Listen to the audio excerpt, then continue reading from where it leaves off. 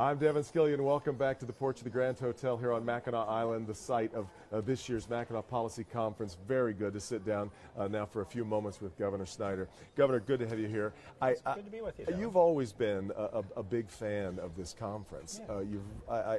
You've really kind of taken it over as your own in a lot of ways. This year, I know from talking with a number of other reporters, it's no doubt been tougher for you because you've got a lot of things that you're trying to fend off. Yeah, but what I describe is not fending them off, but helping solve them and really rallying the people here to be part of the solution. If you look at Flint, terrible tragedy, been working well with the mayor and the city council and the federal government, the county, all of us working together to put in solutions. But the volunteer efforts have been incredible. So we're seeing things happen on the ground now that are helping. What I would also say, the Detroit one is particularly a legislative issue, but we're seeing progress between the House and the Senate trying to work through issues to get something put in place because we need an answer that's for the kids. No doubt. How big of, and we'll get back to the schools piece in just a minute. Let's stay with Flint for just a second. There's a fair amount of frustration. Talking with Congressman Kildee yesterday, talking with Dr. Atisha yesterday as well. That for all of the headlines that it's made, for all of us addressing it as a crisis, that the money is still tied up. That there really isn't any functional change for so many people's daily lives. Well, I think people have sort of skipped over important pieces that have taken place. There's been 3 supplemental bills, so there's over $60-some million that has already been deployed. Yeah. There's money available to do more lead pipe replacement, and the city's going through their request for proposal process. But there's $2.5 million that could account for several hundred pipe replacements. We've already launched the Medicaid waiver program, right, and people are already getting signed up. We have school nurses already in the schools. We've got the Pathways program with caseworkers. We've actually opened up more slots for early childhood education. These are all tangible things going on. We've been hiring Flint people to take over from the National Guard with the water distribution. And we want to do more job creation opportunities. So all these are taking place. The largest piece of funding hopefully will get approved in the next couple of weeks with the budget. Yeah. But in the interim, we've been able to show many positive steps.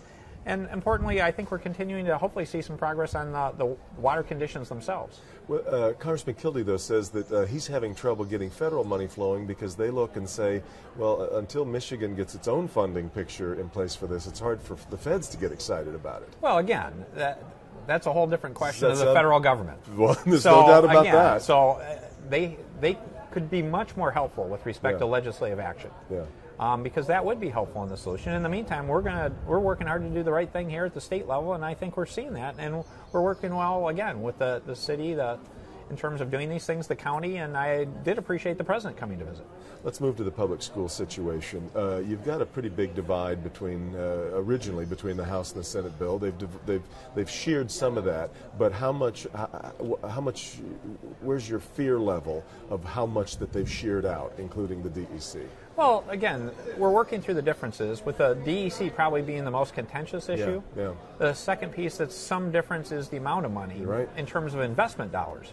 But whether it be $150 or $200 million, those are big numbers. So we're working through that process. What I would say is I think it's important for people not to gloss over the fact that the historic debt of basically $500 million would get addressed. There would be a locally elected school board as soon as practical. And those are huge advances right there that if you go back 2 or 3 years, I helped bring up the DEC with the coalition. I believe in it. Right. But if you go back before that time period, people would be cheering to see the historic debt addressed and get the school board put in place. And I think it's important that we have a discussion about encouraging the city to look at candidates and to get some really great people, assuming we get this package through. We had what many of us felt was an extraordinary moment yesterday morning when John Rakolta sort of divorced himself from his Republicanism in a way because he's so frustrated with his Republican colleagues in Lansing and the way that they have not embraced what he thinks needs to happen at DPS. Do you feel the same way? Well, what I'd say is the Senate passed a bipartisan plan. Yes. They had a lot of Republican support. Yep. And again, I don't view it as just a binary thing. This is something that legislators have to make decisions on, and we have to respect the fact that people have different perspectives. I mean, there's a reason there's 3 branches of government. I just don't get to tell people what to do. But what we're doing is trying to work in a positive fashion to say, let's solve as much of this issue as possible. Let's put a solution in place that can really work. And that's, if we need to, let's look to enhance it and continue to improve it in the future.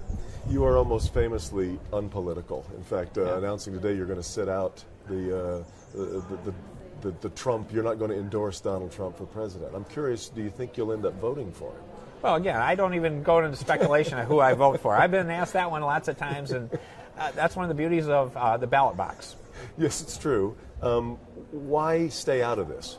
Is he just not your cup of tea, and you just don't feel like you can win one way or the other? No, not so much that. Is I want to stay focused on Michigan issues. Just as you started this dialogue, it's different than some of the prior years. We have some really pressing issues. Yeah. And I view it as you only have limited time and attention, and if I started getting involved in federal issues more and more, that just becomes the dialogue where I want to make sure we're focusing on Flint's recovery, getting the best answer for Detroit public schools and Detroit education, and then continuing to talk about the Michigan success story in terms of great economic outcomes going across Michigan. There are, I guess, a lot of people who wonder, though, about how much Flint has sort of knocked your mojo out. We had a poll this past week that showed that your disapproval rating in Michigan is the highest that it's been. And there's no doubt politically it does become more of a struggle when you need to amass support among other legislators if they're watching somebody that they feel has been politically weakened. Well, you get that part of it. We've been working multiple tracks, though, and seen a lot of success. If you consider the budget process has been coming along well. That includes this huge number for Flint, no doubt, and a big number for Detroit schools. They have not been controversial issues in the budget because, again, good relationships are important, and we're working together on solving these problems. So that's what I would say. And the other part is I'm going to continue to be a loud, proud Michigander, and that was a big topic at this conference. We all need to be louder and prouder, recognizing that we have serious issues. We shouldn't take them for granted. We're not. We're putting solutions in place. But let's define a positive future for us and our kids, not just simply accept, people saying, well, times are tough and you got these problems and nothing's going to get done. I mean, that was the old Michigan of the lost decade. I ran for office to reinvent Michigan, to get away from that attitude. And when you said that talking to reporters right now feels like you're talking to Eeyore. Not all reporters. I did have some, though. Yeah, well, that there's is that a sense that this one negative problem, and it is no doubt enormous and a tragic one, but it's infecting things that it shouldn't be? Is that what you're sensing? Yeah, the sense was, Devin, because I respect you. You know that. We've been working together a lot of years, and you have an important role. The media does. And so it wasn't so much, I don't mind people asking me any question. This was more the tone of their voice, just the fact they acted like they were depressed.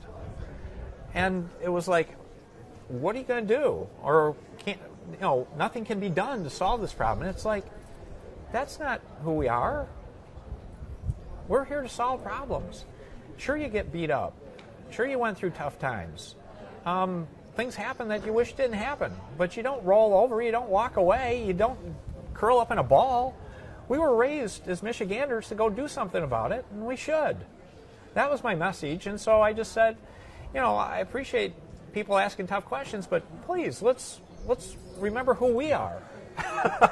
It's great. It's a very fair point. Last two things I wanted to get to. Number one, where are you? We've got a lot of protesters, as we saw. We got off the dock. People very concerned about the pipeline, the Enbridge pipeline becoming, as now they're posting it, the next Flint if we let it go forward. I know you've been waiting for studies to sort of, but where do you feel you are on it right now? No, I think the study process is the appropriate one. And when I say study, it's not being passive. There are two analyses that are really important to make a smart decision about all this. One is what are the real risks? What are the risk parameters about the pipeline itself? And there are risks. But how do you measure what those risks really are? And the second one that's critically important is what are the alternatives? It's one thing to say you don't like something, but if that goes away, what's the consequences of that? And what other problems could you really create? Or how are we going to get that, the oil or the gas to where it needs to go so people can warm their home or have fuel or whatever they need? That's my concern about simply saying, it's not as simple as saying just shut her off until you know the consequences of what you're talking to. And so let's do that in a thoughtful fashion and share that with the public so everyone can see the facts, and then let's have a good dialogue about it. Lastly, I thought Rick Albin's last question to you was a poignant one. Yeah. Given everything that you know, that you've been through, the tongue lashings that you had to endure from people on Capitol Hill, the shock to your system over what you had seen had happened in Flint on your watch, all the things you've been through, you said you would do it again. Absolutely, and I do mean that.